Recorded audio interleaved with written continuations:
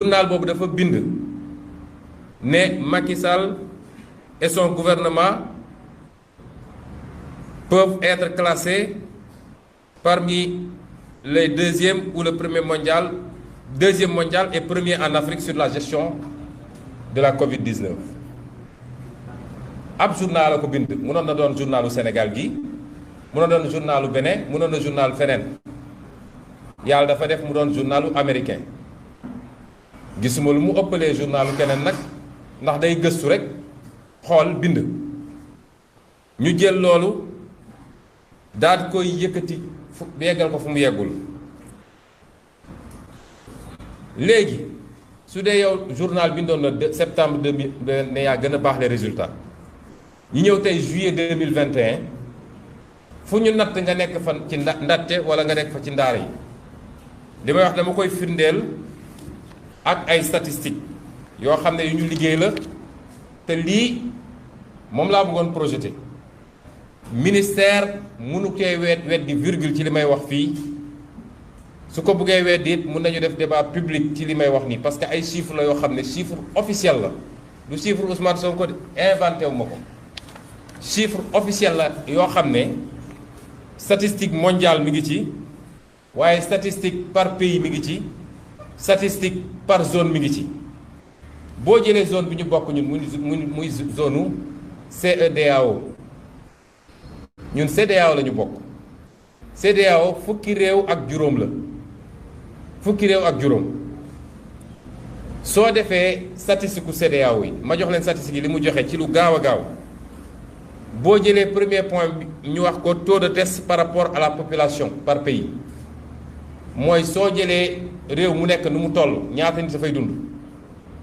nga natt ñaata test la ñu def pour natt jàngoro bi pour xool ku ko am ak léegi ku ko am ak ku ko ñàkk boo jëlee loolu te chiffres yi may joxe mooy chiffres yi nga xam ne mise à jour au 18 juillet 2021 la mooy ci weer wii daanaka fukki fan ak ñaar ci gannaaw soo jëlee chiffres yooyu lañ lay wax mooy Sénégal mooy 8e sur 15 8e avec un taux de test rapporté à la population de 3,54%. soo jëlee indicateur bu ñuy wax taux de cas positif par rapport aux tests réalisés mooy bu ñu nattee ba pare suñuy seet suñu nattee téeméeri nit ñu war a seet ñaata nit a ci am jàngoro Sénégal moo ci classé 2e c'est-à-dire ñi ëpp jàngoro bi mu feeñ par rapport ak taux de test bi Sénégal moo ci classé wu 2e avec un taux de 8,56% ci jamono jooju moyenne CEDEAO mi ngi ci 6,44%. loolu muy beneen mbir soo jëlee li ñuy wax taux de cas positif par rapport à la population xam nga bële par rapport ak ñi ñu testé la mais par rapport ak population bi yëpp boo jëlee ñaata nit ñoo am jàngoro bi ci test yi di nga gis ni Sénégal mu ngi ca jël ñetteel bi gën a fort taux d'infection ak un taux de 0,30% ci taux ci moyenne boo xam ne moyenne CEDEAO bi mi ngi à 0,32%. boo jëlee li ñuy wax ba tey taux de décès par rapport au cas positif mooy boo jëlee ñi jàngoro bi jot ñëpp ñaata la ci seen bakkan jaare foofu boo ko jëlee Sénégal mu ngi classé wu 5e bokk na ci ñu ko ëpp 5e ci 15 pays 5e ci fukki réew ak juróom ak un taux de décès de 2,34%. mooy ñi jàngoro bi dal téeméer boo jël am na ci ñaar ak genn wàll su dee mun nañu wax genn wàllu nit ñoo xam ne jàngoro gi faat na leen donc ñun ñoo ci classé 5e ci jamono joo xam ne moyenne CEDEAO bi nee naa la ñun ñu ngi ci 2,34 moyenne CEDEAO bi di 1,31 1,31 boo jëlee taux de décès par rapport ak population bi mooy nombre bakkan yi rot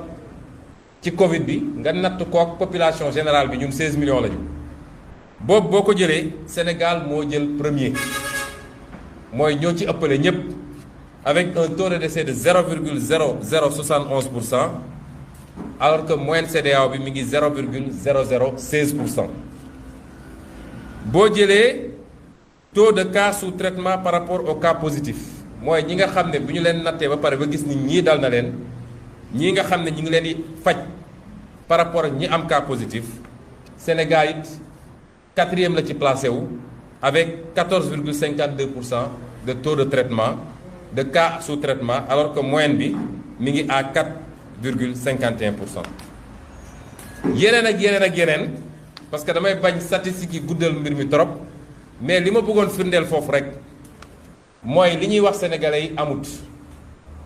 te lii ay chiffres la yoo xam ne man binduma ko créé ma ko. dinaa leen jox sites yi ngeen ko mën a jëlijee yépp, muy sites yi centraliser les données au niveau mondial ak au niveau sous-régional. loolu dafa bokk ci seen façon défini mooy fexe ba sëlëm sénégalais yi ñoo fi gën a rafet, ñoo fi gën a baaxle, ñoo fi gën a fekk dara amu ci. ñaareel bi ma bëgg a waxtaan nag jëme ci mooy jàngoro gi delsi na te am na doole. li koy firndeel mooy ñaareel yi nga xam ne bëggoon naa ko exposer te malheureusement situation bi mayuñu ko. su ñuy comparer les 3 étapes mun nañ ne ñu ngi ci 3e vague nag mooy mbir mi bu demee ba commencé egg benn niveau bi ñu ne am na doole trop dañuy considérer ni benn vague bu bees ñëw na. ci diggante vague yi day am ay période yoo xam ne période accalmie la. man jëluma vague yi mooy période pic yi, waaye dama jël ay période yoo xam ne mun nañ ko natt ak ni ñu gérer crise bi. première période bi mooy boo jëlee du 2 mars 2020 ñëpp fàttaliku nañ ni 2 mars 2020 la mbir mi déclenché wu fii Sénégal. 2 mars 2020 ba 27 septembre 2020 ñu ngi def 181 000 dépistages 181 000 la ñu def état du Sénégal. ñu gis 14 900 cas mu doon taux de positivité de 8%. taux de positivité de 8%. loolu jox ñu am ci 308 décès. période boobu mu wax leen ni 7 mois la 7 mois yooyu 308 décès lañ ci am.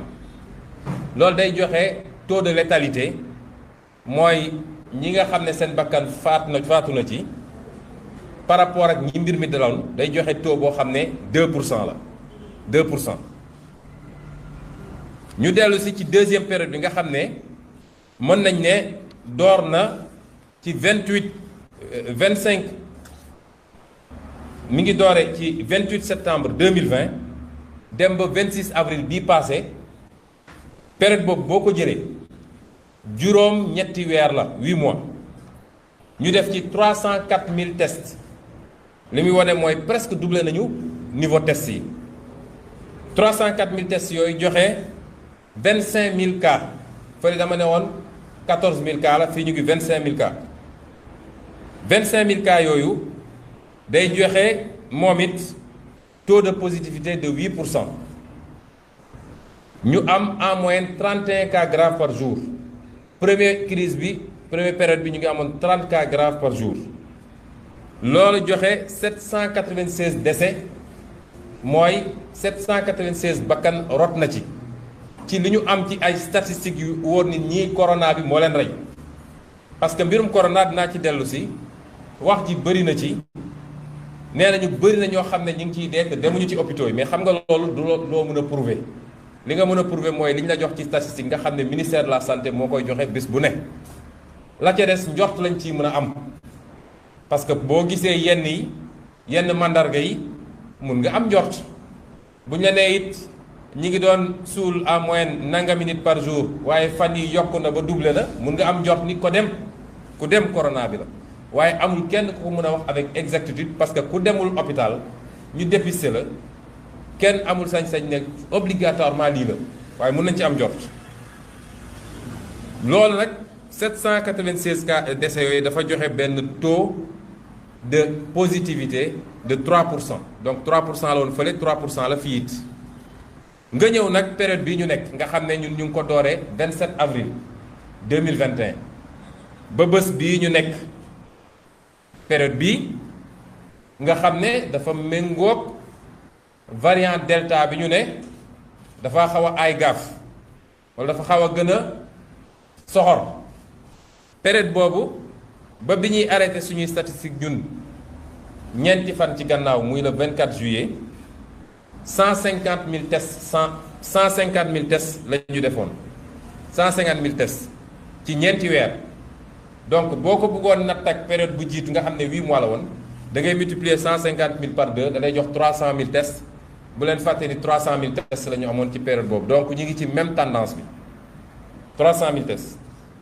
mu joxe 16 400 cas donc li ñu ci mën a gis mooy cas yi yokku na ndax fële sur 8 mois on avait 25 000 cas bii sur 4 mois on a 16 000 cas soo ko multiplié woon par 2 su dee tendance bi dafa maintenir on aurait été à 32 000 cas donc cas yi yokku na ñëpp gis nañ ko loolu joxe taux de positivité de 11%. kon taux de positivité bi yokku na c'est normal parce que cas yi yokku na fële 8% la woon fii 11%. waaye soo jëlee statistique gouvernement bi rek nombre de cas graves yi en moyenne dafa wàññeeku parce que fële 30 cas graves la ñu noonu en moyenne waaye fii ba bi ñu koy arrêté ñu ngi 13 cas graves en moyenne 13. ñu am ci 164 décès dama ne lii may wax ni c'est jusqu'au 24 juillet 2021 ñu am ci 164 décès loolu day joxe taux de décès de 1%. vague yu njëkk yi on était taux de décès benn bi 3% benn bi 2%. loolu lan lay firndeel mooy am na lu ñu doon wax dafa mel ni statistiques yi wane na ko mooy benn variant delta bi moo gën a soxor ci gaaw a wàlle moo gën a contagieux boobu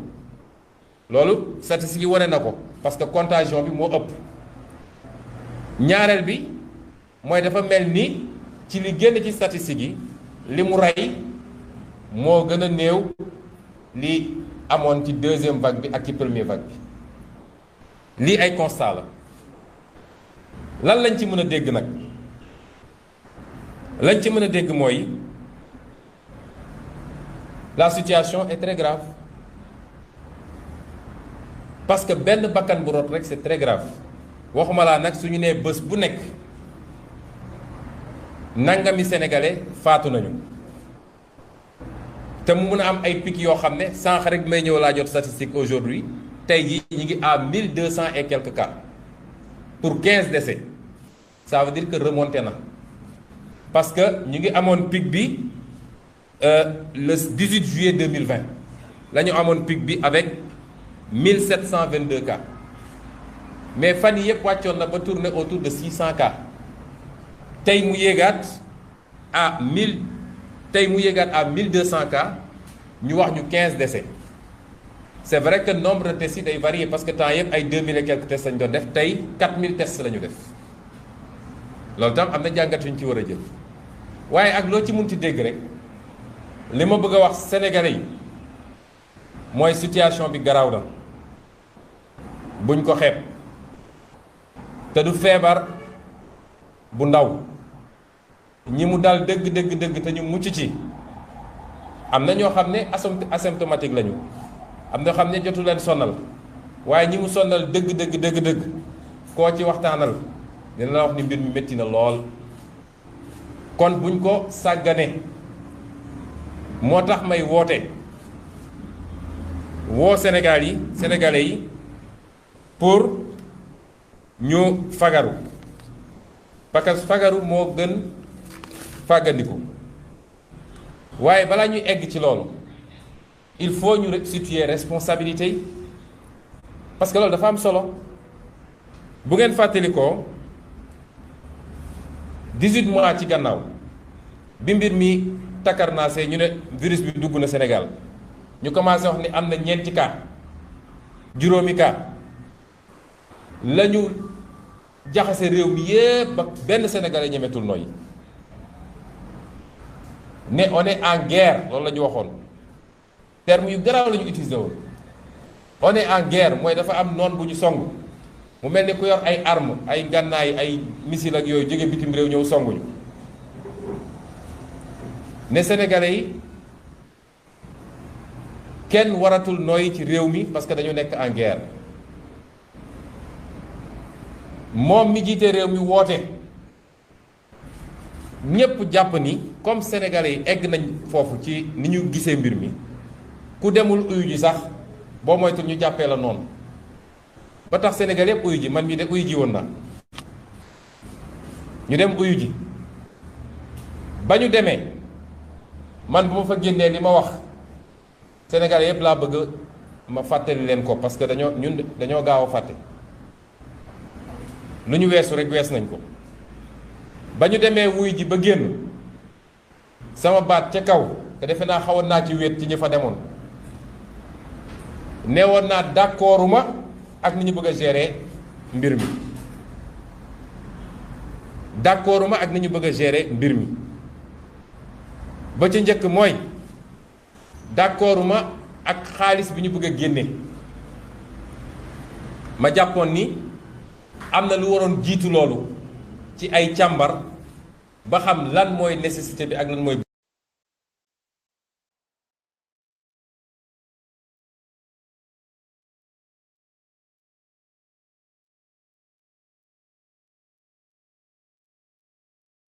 besoin bi ma ne woon d'accord ma ci ni ñu bëgg a séddalee xaalis boobu parce que lañ ca bëggoon yóbbu ci paj mi néew na trop trop trop trop ci jamono joo xam ne nee nañu problème mu faju moo am ci réew mi 72 milliards la ñu prévoiroon ne day dem ci faj mi nga jël 623 milliards ne dama koy yóbbu ci plan de résilience économique crise économique bi dafa am lu ko andi la ko andi ngay njëkk a saafaraal doo ko xalaat crise économique bi parce que loolu bu saafarawul crise économique bi du fi jógee ba faw te loo fa dugal ci xaalis day neen rek man leen woon d'accord ma dolliwaat ci ne leen réew mi dañ fee tàmm njuuj njaaj ak wuruj ak randal xaalisu réew mi waaye nag kuy randal xaalisu réew mi te xam nañ ni ñoom loolu mooy seen sport national ba ñu ne nag feebar ñëw na ay nit a ngi ciy dee nga war a seet yàlla tuuti nag kon ma ne woon gestion transparente fukki dërëm buñ ci dugal te muy fukki dërëmu sénégalais dafa war a leer ak yeneen mooy loi yi mu bëggoon li mu bëggoon ñu jël pouvoir yépp jox ko lépp ñu jox ko te jamono dem na ba ñu gis ni lañ ci doon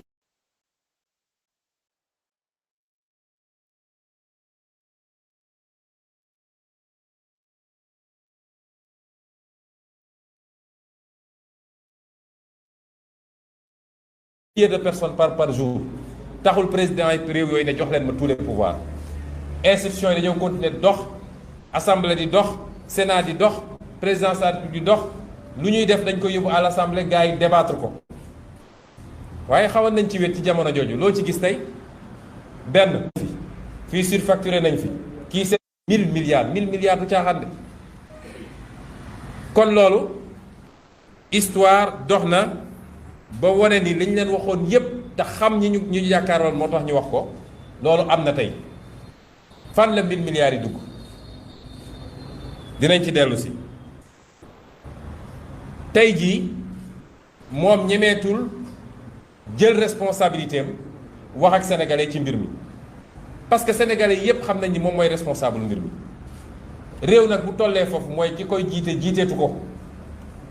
soo bëggoon jot nu muy def ba am troisième mandat nu muy complété ba ren di diw nu muy complété ba lii du feeñ waaye jiiteetul réew mi amatul crédibilité boobu parce que sénégalais yi déglootuñu ko bu dee bi ñuy am ay 4K nga jël ay mesures ne couvre-feu état d'urgence loi d'habilitation 1000 milliards tey ñuy am ay milliers de cas ñemewoo génn wax ak sénégalais yi lan moo xew ci diggante bi mooy crédibilité mooy gouverner crédibilité mooy gouverner doole gouverner wu tey téeméeri sénégalais boo jël juróom-ñett fukk yi wala lu ko ëpp kàddu Macky Sall déglootuñu ko te wax nañu dëgg nag li tax ñu wax dëgg mooy nee naa moom mooy responsable bi. Deuxième facteur de responsabilité bi am solo mooy moom mois de mai lañ ko jox bulletin ne ko attention am na variant bu ñuy wax delta bu soxora la dugg na ci réew mi mois de mai mu waroon ci jël ay jumtukaayam waroon ci jël ay matuwaayam ba xool nu ñuy gérer cas boobu ba nu ñu xool nu ñuy gérer nu ñuy limiter loolu ba du law ci dëkk bi waaye moom moo njëkk ci mois de mai boobu à partir de 27 mai takk ay bagaasam sol ay kaaram naan day dem defi ay tournée irresponsabilité weesuwul loolu dégg naa ñi ñaan ñu ngi mettre pouvoir et opposition dos à dos parce que ñoom ñëpp a def activité ça c'est malhonnête parce que pouvoir opposition amul information yooyu maanaam ñun du ñu recevoir bulletin yooyu du ñun ñooy jël les mesures parce que du ñun ñooy gouverner c'est comme ça que ça se passe